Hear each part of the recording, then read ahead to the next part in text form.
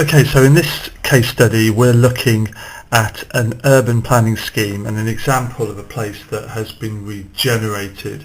And obviously by regeneration we mean how an area has been renovated and improved, an area that was previously run down and perhaps derelict. And the example that we chose is one very close to home, which is Southwark, so the borough of Southwark obviously we live in, and very specifically that area in and around London Bridge. Now, before we start talking about the measures, the improvements that have been put in place, it's useful to look at a timeline of London Bridge's development to understand how population levels have changed and the key events that have occurred through its history. So, as you can see here, I've got a very, very rough timeline starting from the early 1800s, taking us all the way to our present day, with our population here on the x-axis from about 100,000 people all the way up to 600,000. Now you can see in 1800 there were very low population levels,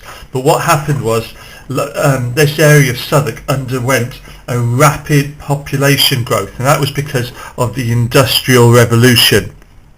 Okay, so that move towards factories very close to the Thames, London Bridge and Southwark area was very well placed to take advantage of this Industrial Revolution, because a large number of goods were transported along the Thames, then put into the warehouses along Southwark, along the edge of the Thames, and transported all over the country. And then on the opposite way, goods were exported from the Thames in those boats. So Southwark underwent the huge industrial growth. The area was dominated by manufacturing and industry, and it became very famous for things such as jams and biscuits being exported, as well as beer and vinegar. Some very famous companies grew up in and around Bermondsey. Now, it's important to note that during this time the housing was very cramped, very poor quality, built terraced houses, as we spoke about, in the inner city, built for the workers to be close to their places of work. However, very little investment in them. They would have shared toilets, many people living in the same house, and disease was obviously very prevalent and spread very easily, very cramped housing. Now, what you can see is because of this success, the population in Southwark started to increase very rapidly and reached about a peak of about 600,000 in the early 1900s. Now, a problem around this time was that boats were getting bigger and bigger, and the Thames stopped being able to take those boats. Actually, the move towards containerisation, which is the way that most goods are now transported on the sea, led to a much deeper port being built outside of London, so the Thames was no longer used. And obviously that meant that the ships no longer came to Southwark, and so the warehouses and the factories moved away. And so you can now see this decline in population as unemployment started to occur, the docks shut, and population declined, and deprivation, that falling in standards of living,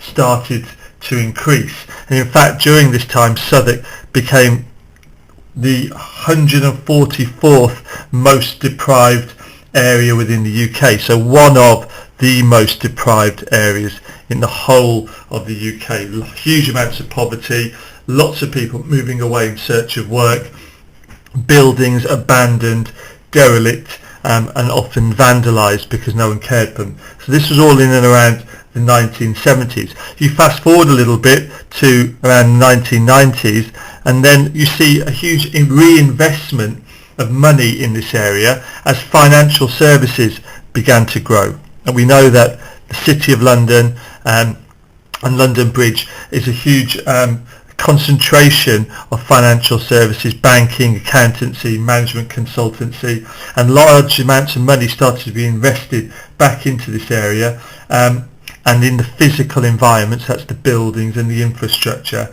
And Southwark started to attract businesses and population therefore back into the area. So you can then start seeing this population increasing again, and we should actually start exceeding 600,000 again in not too sooner time. So let's start thinking about the regeneration measures. Now, it is important that when you think about these regenerations methods that have led to London Bridge's renewal and renovation, that you don't just focus on the economic, okay, because that will be important, but you are starting to think more broadly about the social and the environmental benefits of the measures that have been put in place.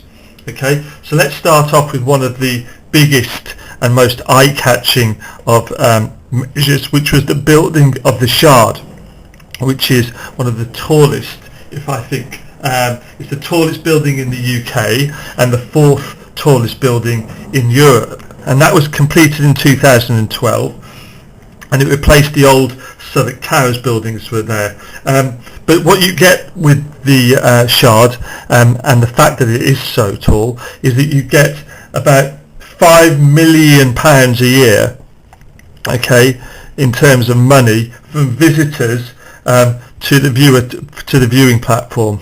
Okay, so there is up here a viewing platform that tourists can go and visit and see across the whole of London, and that's generating about 5 million. Now obviously there is, with all of these things that we're going to talk about today, this positive multiplier. By bringing in tourists into that area to go to the viewing platform, they're then actually going to need to go to restaurants, then they're going to need taxis, they're going to use the buses, and so that's actually multiplying jobs within the local area.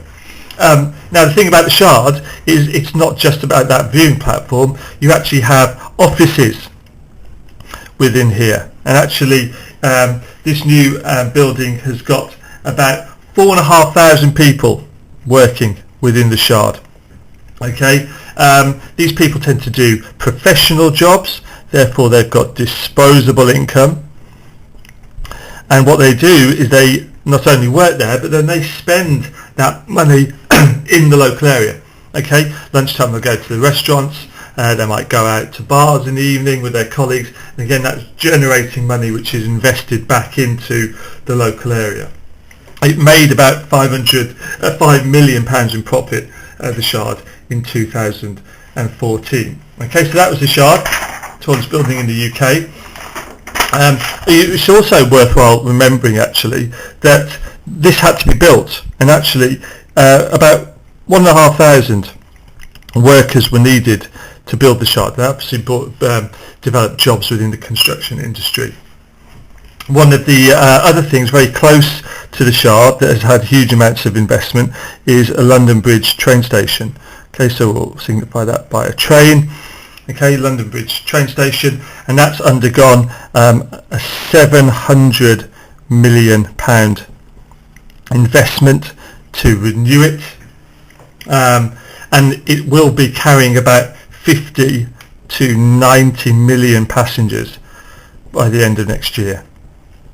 So by the end of 2018, about 50 to 90 million passengers will be using the London Bridge station, making it one of the busiest in the entire country. Now the thing that's really important about London Bridge station is it's actually bringing huge amounts of people from outside of London into London. So passengers have much better connections and a wider range of destinations, and they can get as far afield as Cambridge and Peterborough, and again this is adding to that positive multiplier effect, bringing people into London Bridge area to do jobs, but also it means that people from that area, Southwark, can travel out to jobs, okay, and then commute back in the same day.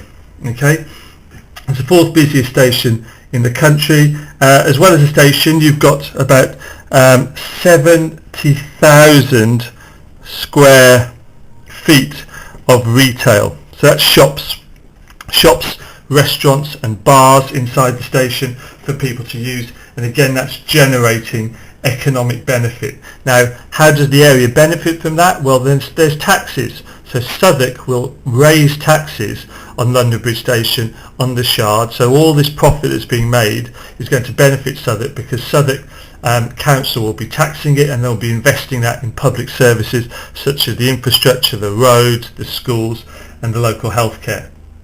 Okay, so that's London Bridge Station. So it's also worthwhile remembering that it's not just the lines that were improved in London Bridge Station. The actual station, the area outside of it, which is the area near the Shard as well, has actually been pedestrianised. Okay, so that means that it has been shut to vehicles. Okay, and that means it's much safer for the shoppers to walk around. Okay, so you can say that this is a social and environmental benefit, but it's also meant that you've got reduced pollution, yeah, because there's less vehicles. And again, that's an environmental benefit, okay, of that pedestrianisation. So within London Bridge Station, you've got, as I said, retail units. You've got the Shangri-La Hotel, okay, which is a big hotel that has been built in there. You've got office space, you've got apartments, yeah. And this has also encouraged tourists to visit the area and spend the money. Okay. Another thing that we talked about was obviously the Tate Modern. So this was much a bit further down in Southwark along the Thames, and that is a former power station. It's the redeveloped form of Bankside power station that was previously at risk of being demolished. That has 5 million visitors a year. Okay, so that's one of the most popular attractions within London. It's the third most visited tourist attraction in the whole of the UK. And that generates about £100 million of economic benefit to the local area. You've got 500 direct jobs generated from the Tate Modern, and you've got conservatively estimatedly about 3,000 indirect jobs. Okay, with 1,500 of those being within Southwark. So again, that's another bit of evidence of the multiplier effect. So I'll just put that at the Tate Modern, so remember that building's there. Okay, you've also got Borough Market. Okay, you've also got Borough Market, which was redeveloped, and that's one of the oldest markets in London, and there's been a market on that site for about the last 1,000 years, and that was redeveloped in 1998. It used to be a wholesale market that supplied restaurants and supermarkets, but it's actually now opened to the public, and you've got about 129 different types of food stalls, and it's extremely popular at the weekends with tourists and locals who go and eat there and drink there. Okay. School closed in 5 minutes. Okay, and that gets about 4.5 million visitors. Okay, visitors a year. Yep. And finally, we'll just squeeze it in here. You've actually got the Bankside community space as well. The Bankside community space, and this really does come under the social regeneration that has been put into Southwark, and that is an event venue and meeting space, and actually about 620 companies donate money towards that space. Okay, and then that money is reinvested in the local area. Okay, so the community can use this space for local events. Some of the money is spent on cleaning, recycling within the local area. So it's a way of businesses giving back to the local area. They've also done a lot of improvement around transport. Okay, they've put in cycle lanes. Yeah, they've put bike maintenance courses that local people can do. They've got much more cycle parks, so you can park your bike in when you're going in and around the Southwark London Bridge area, and they've improved the local environment. Okay, so do remember to talk about the economic, social and environmental benefits of the regeneration. One final thing I'll leave you with is that in terms of the buildings, because a lot of buildings have been regenerated within Southwark, so you had a lot of these warehouses near the river that have been turned into nice modern flats, and a lot of that regeneration has been sympathetic to the history of the area. So what that means is they haven't torn down these old warehouses, they've actually retained them, they've restored them, and that actually adds to the history of the area, and these heritage buildings have been kept. Okay, so that's your case study of Southwark, London, and it's an example of an urban planning scheme and regeneration.